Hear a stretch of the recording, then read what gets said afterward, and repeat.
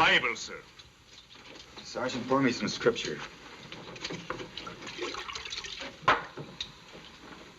Sergeant, you a judge of whiskey? Well, some people say I am, and some say I'm not, sir. Tell me what you make of this. Hello again, Whiskey Whippers and Spirit Tippers. One here again, and today we got another one. It finally came. We ordered this bad boy like 8 months ago, and it finally got here. Today we're going to be talking about Glenmorangie's A Tale of Winter. It's good. It's good. It's good. Oh, I've been waiting for this for so long, you have no idea. I'm, as usual, super excited to get this one open. I got the tail of cake, and I gotta admit, Glenmorangie is one of my I can't even say it, but it is one of my favorite distilleries. It probably actually is my favorite distillery. Look at that bad boy. It definitely has some of my favorite drams. The Malaga cask, I absolutely love. The Alta, fantastic. The Cadwell Estate, the first one, was absolutely phenomenal to me. It's super sweet, one of the sweetest whiskeys I ever had. So I absolutely love the Glenmorangie distillery as a whole. I even like their core range, the La Santa, the Quinta Rubin's fantastic. This one's coming in at 46% ABV, so you already know 92 proof. The youngest whiskey in here is 13 years old, and then it was finished off in a Marsala cask. So yeah, super excited to get in this. A Tale of Winter, supposed to remind you of all warm, fuzzy things, and I'm super excited to get in here. There it is. So we have long nails so we can get into it. A little bit of a pot. Let's get in the glass.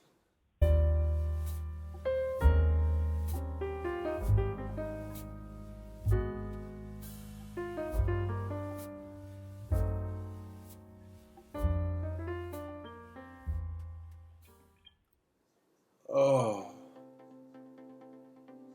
it smells sweet. It smells like red berries.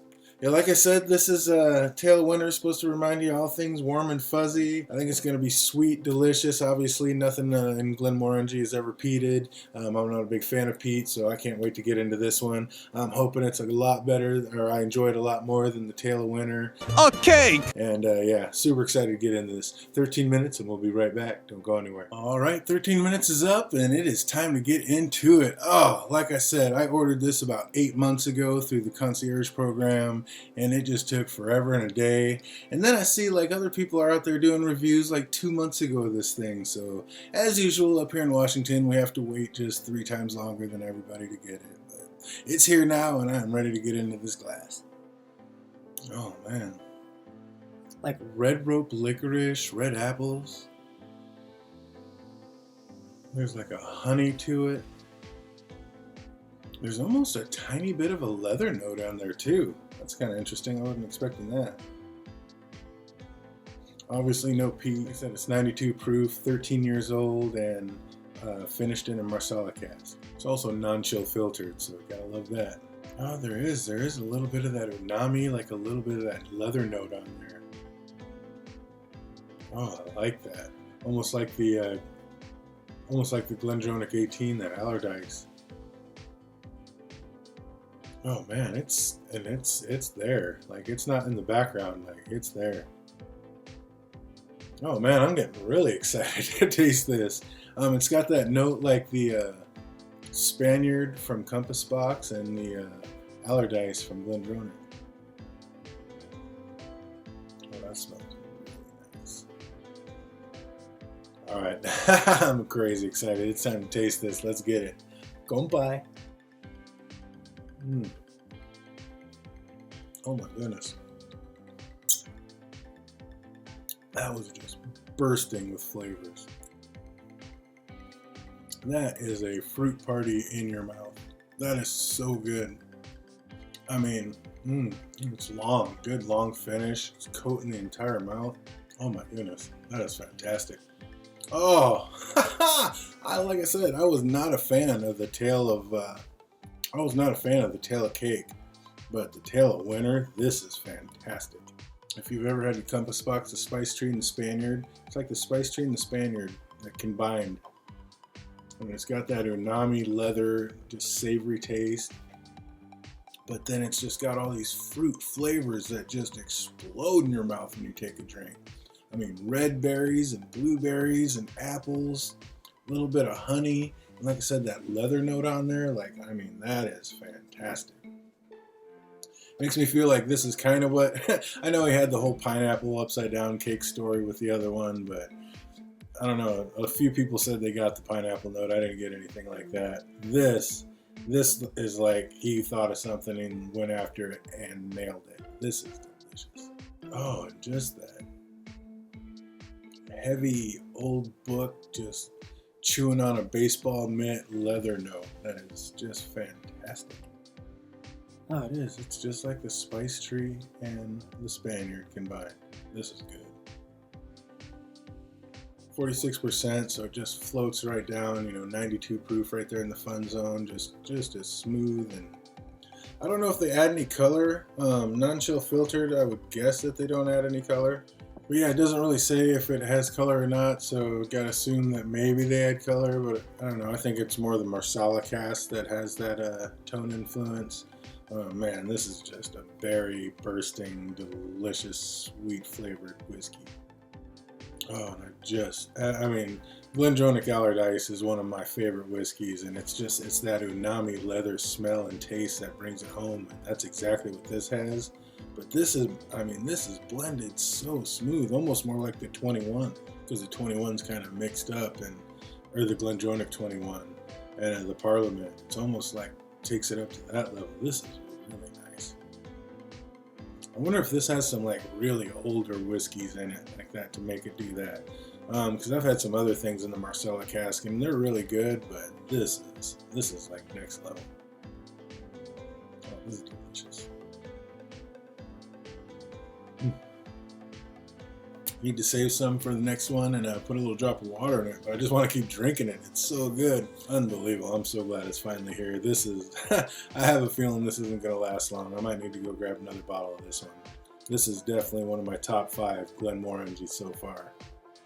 And like I said, I like the Malaga cask, I like the Alta, and the Cadwell Estate, the first one. And man, this is right there. This is probably top 3. This is definitely top 3. I really like this. Let's put a little drop of water in it and see what happens. A little drop of water, swirl it in. Man, this is nice. Didn't change a thing with the water in it. It's still just that heavy leather umami and red berries, red apple. Oh, that is so nice. It even comes across a little smoother, a little sweeter. It sweetens it up with a drop of water. I mean, the leather note's still there. It's still a nice long finish. It's not quite as prevalent with everything bursting, but it just kind of flat. I don't want to say flatten it out because it's not bad at all. It just smooths out and sweetens it up a little bit. Just makes it float down even nicer. Man, this is delicious. I think I like it a little better so far, neat, but I mean, if you're used to putting water in it, I mean, this does even sweeten it up even more. There's nothing wrong with that.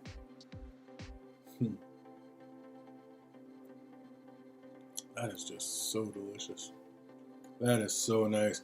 Oh, I gotta say, I mean, after the tail of cake, I was not expecting much, but this is phenomenal. Let's see how it handles over some ice. Not the biggest pop, but the juices make more than making up for it.